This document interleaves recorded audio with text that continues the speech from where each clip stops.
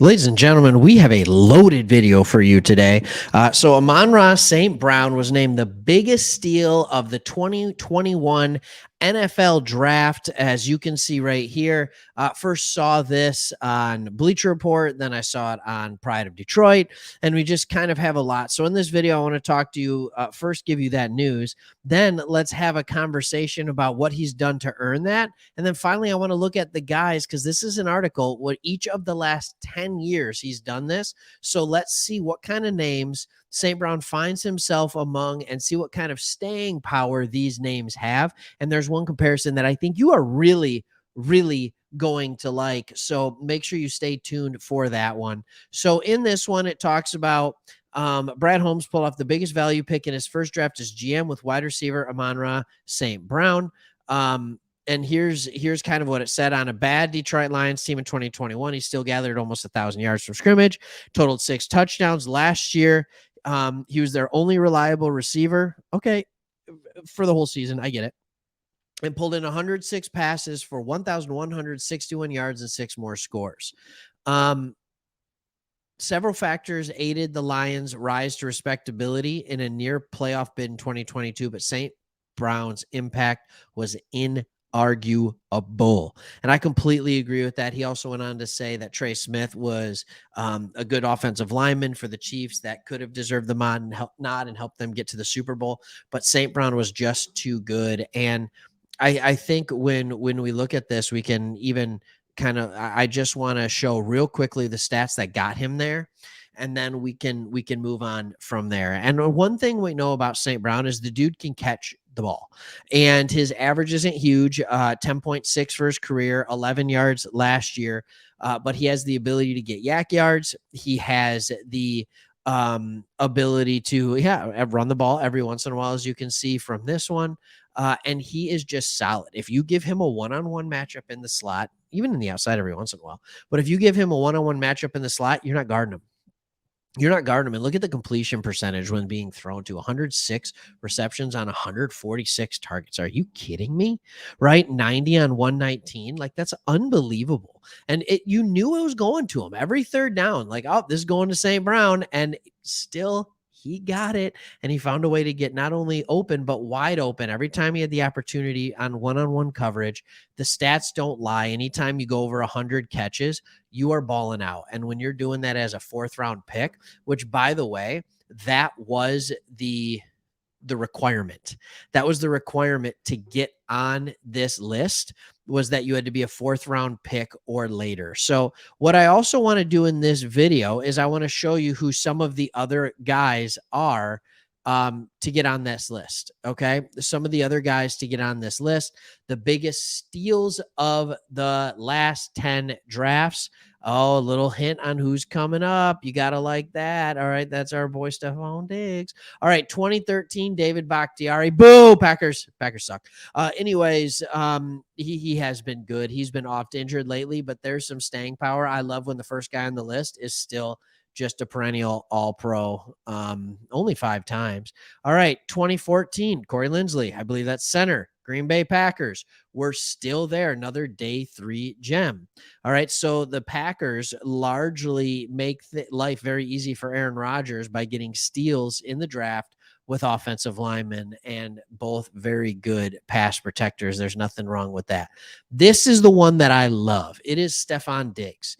And if you go back and you look at some of his combine numbers and things like that, Stephon Diggs was never just an immaculate burner, but it just shows kind of what the ceiling is for Amon-Ra St. Brown.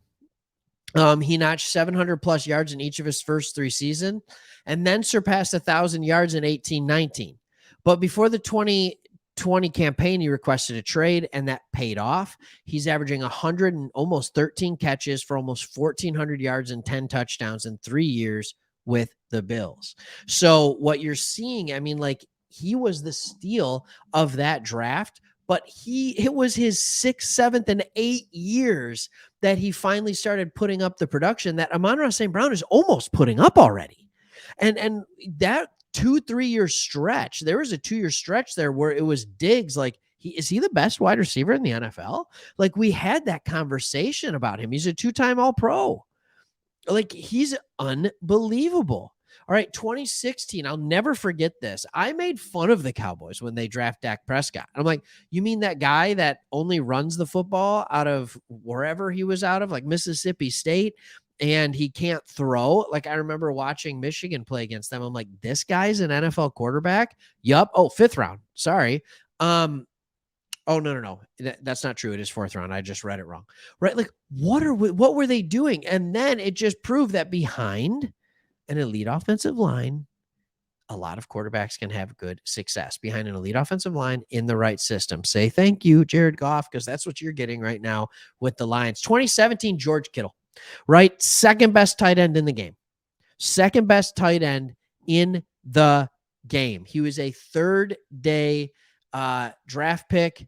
Unbelievable. Pick 146. All right. Initially, Kittle put up 515 yards as a rookie, but exploded his second year and beyond. Posted 1,377 yards in 18, eclipsed the 1,000-yard mark again in 19, with 11 touchdowns in 22. All right. He's good. All right. Oluken for the Falcons. All right. In the 6th round. Like, this is really good. And now he signed a $3 or $45 million contract to join the Jags. And he led the NFL again with 184 tackles. Led the NFL. These are good players on this list. Max Crosby, good player. In high school, he garnered 2 stars. He went to Eastern Michigan. Like, I love this. I absolutely love this because he is a good player who parlayed his immediate impact into a 4-year, $94 million extension in 2022. All right. Cameron Curl, I don't know a ton about him. I'm just going to be honest because I don't watch a lot of Commanders football, but good guy in the back end that is a playmaker and can tackle pretty well. Not bad for 216th pick. And then we have our boy. Look at him. He looks good, ladies and gentlemen. Amon-Ra St. Brown. Here he is.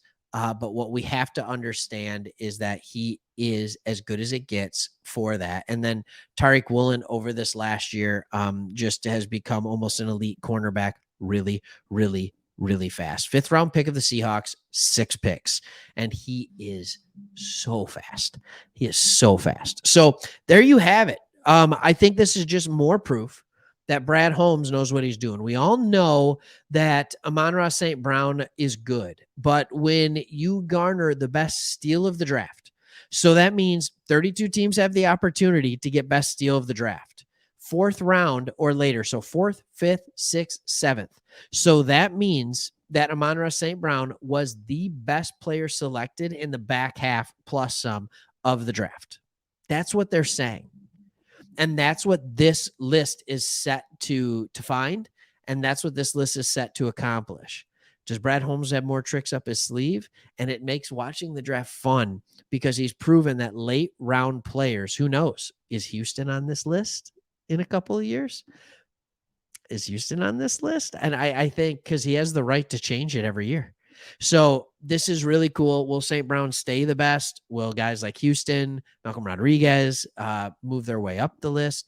It's just really fun to see, and it's so much fun to have a GM that we can trust. Go Lions. Hit that subscribe button below. Hit a comment. Does St. Brown deserve it? I think he does.